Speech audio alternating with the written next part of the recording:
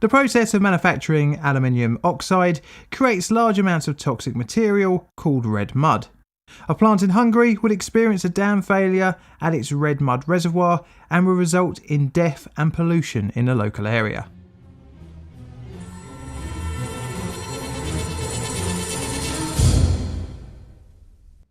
Once the historic frontier of the Roman Empire, the Danube River would once again receive contamination from an industrial disaster, the other being the Baia Mare cyanide spill. Today we're looking at the Ajka Alumina plant spill, and you only have to look at these pictures to know that this one was pretty deadly to the environment. Unfortunately, events would unfold in a similar way to that of 2000 in Romania. I'm going to rate this subject here 6 on my patented disaster scale. The Ajka Alumina plant is based in Ajka, Veszprém County, Western Hungary. The Ajka Alumina factory was originally founded in 1943 and the site achieved full production in 1947 after being taken over by the Soviets post-World War II.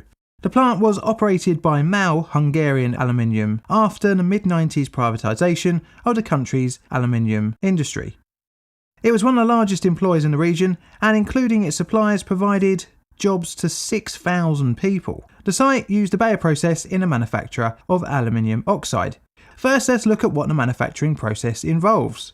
The process was originally devised in 1888 by Carl Joseph Bayer, unsurprisingly, which is where the name came from, and was used to create alumina from ore. The sediment rock bauxite contains a large aluminium content, and as such is one of the leading sources of the metal. In order to extract the metal from the ore, the Bayer process employs multiple steps before aluminium oxide is achieved. Initially, the bauxite is milled and crushed. Next, it is placed inside a pressure vessel and a sodium hydroxide solution is introduced. The vessel and its contents are heated up to between 150 to 200 degrees centigrade. The aluminium dissolves into the solution at these temperatures, forming sodium aluminate. The new solution is then filtered off, taking off the red mud, which contains calcium, metallic oxides and sodium hydroxide. This byproduct is stored in ponds, but we will come back to this in a bit. The sodium aluminate is then seeded with fine graded aluminium hydroxide crystals from previous extractions. Finally, the newly formed crystallized aluminium hydroxide is then converted into aluminium oxide by heating in rotary kilns, producing alumina. Between 2 to 4 tons of bauxite is needed to produce just 1 ton of aluminum oxide.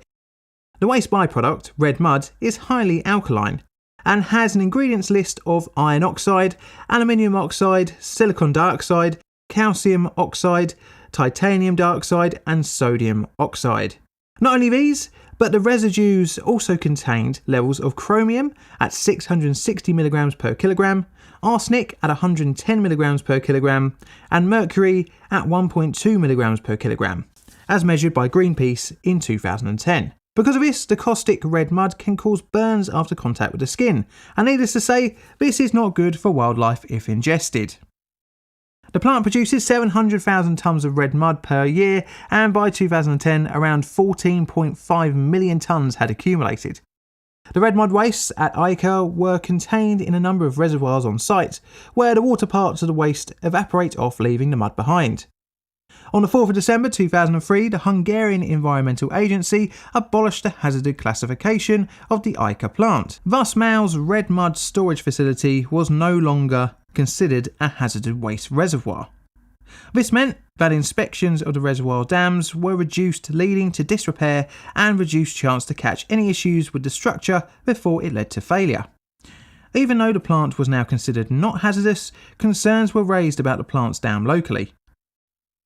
The negligence to the dam would meet a summer of flooding and heavy rainfall known as the Central European Floods of May and June 2010, and this would become the cocktail of deadly results.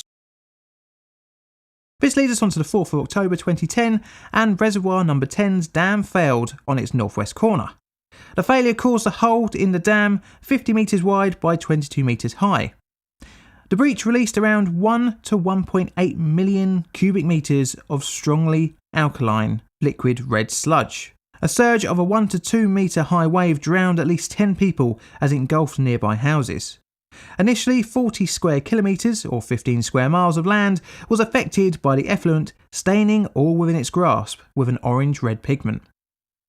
The nearby towns of Kollontar and Devonshire were the first to feel the brunt of the toxic tidal wave, with cars being swept away and people's homes being battered. More than 300 families, around 731 people, would lose their homes as local authorities evacuated the affected inhabitants and a state of emergency was called.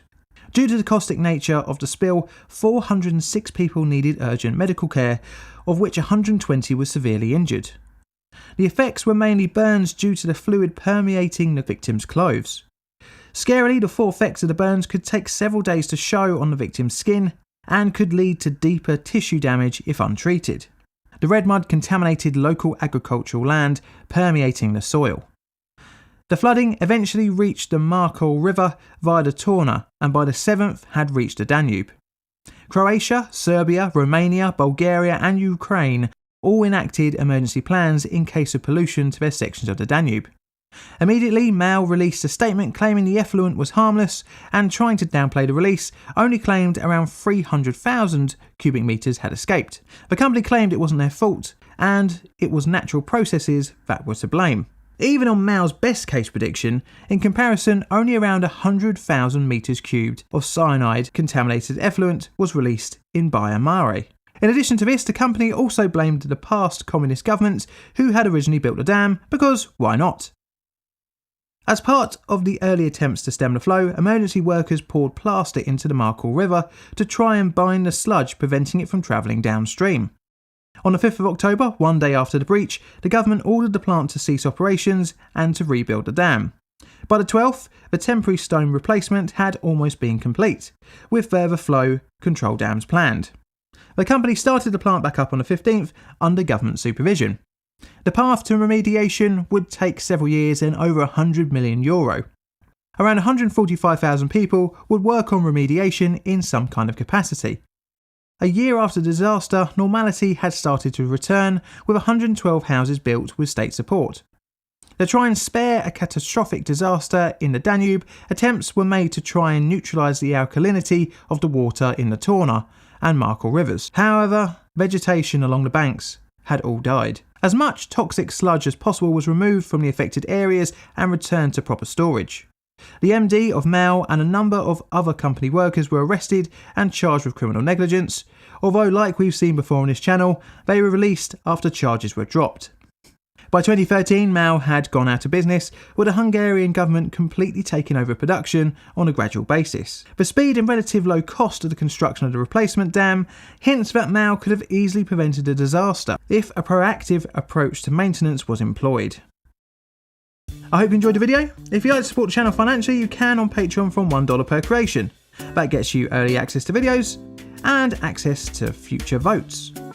I have YouTube membership as well, and that gets you from 99p per month early access to videos. You can check me out on Twitter, and also if you want to buy my merch, you can purchase it at my Teespring store. And all that's left to say is thank you for watching.